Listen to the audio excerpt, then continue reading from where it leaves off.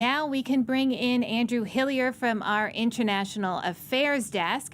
Andrew, thank you again for joining us. As we've been discussing, a lot's been happening in the last couple of hours. Air raid sirens heard in Tehran, Tel Aviv, explosions, air raid sirens heard in Jerusalem. Can you take us through the day's events?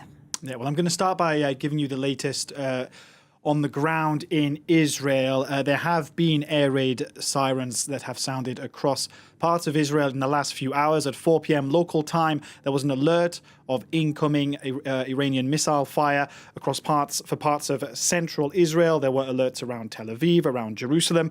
Then by about 4:30 p.m. local time, people were told that they could leave their protected spaces. They were given the all clear. For now, there have been no reports of any direct strikes from those missiles. It usually takes about 10 minutes for missiles fired from Iran to reach Israel. But the IDF can usually give people more advanced warning, about 30 minutes in advance of a strike, if you like, because they can monitor and observe Iranian military preparations for a missile launch.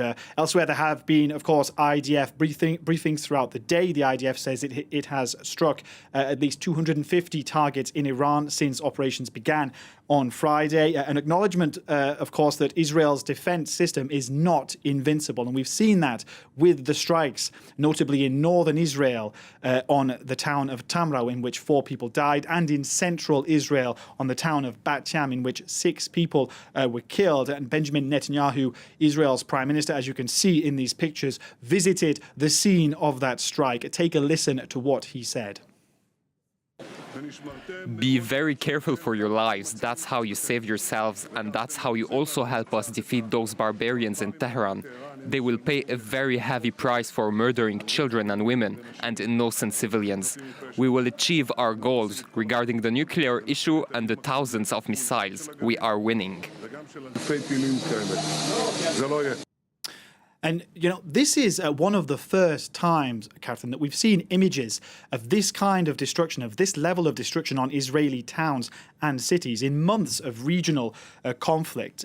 Now, on the diplomatic front, in terms of those developments, Trump posting messages on social media in the last few hours, urging both sides to make peace. He seems to be posting at cross purposes to Israeli Prime Minister Benjamin Netanyahu, who, if anything, has been warning of a serious escalation.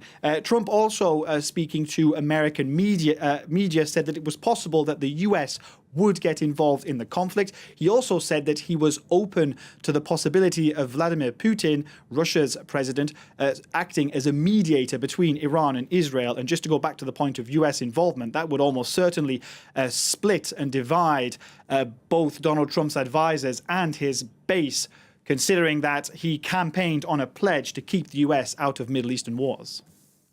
Now, Andy, world leaders are also set together in Canada for the G7 summit. Obviously, this topic, the conflict between Israel and Iran, going to overshadow or dominate it. What are the chances that they're all going to agree on a common position?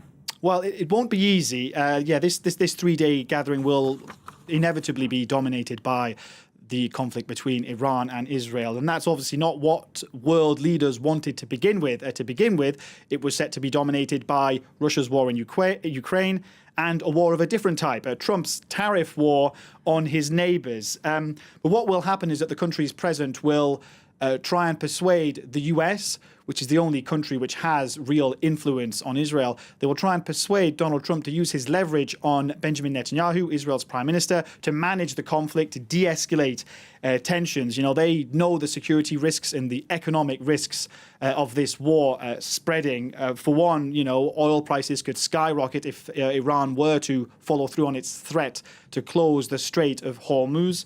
If Gulf states were dragged in, that would also have devastating knock-on impacts on oil prices and on world energy markets.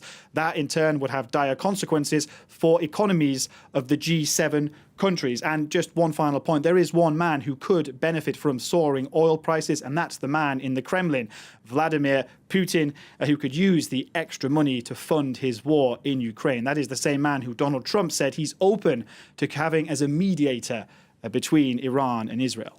I guess we'll have to see if diplomacy can come through on this. Andy, thank you so much for joining us. That's France 24's Andrew Hillier from our International Affairs Desk.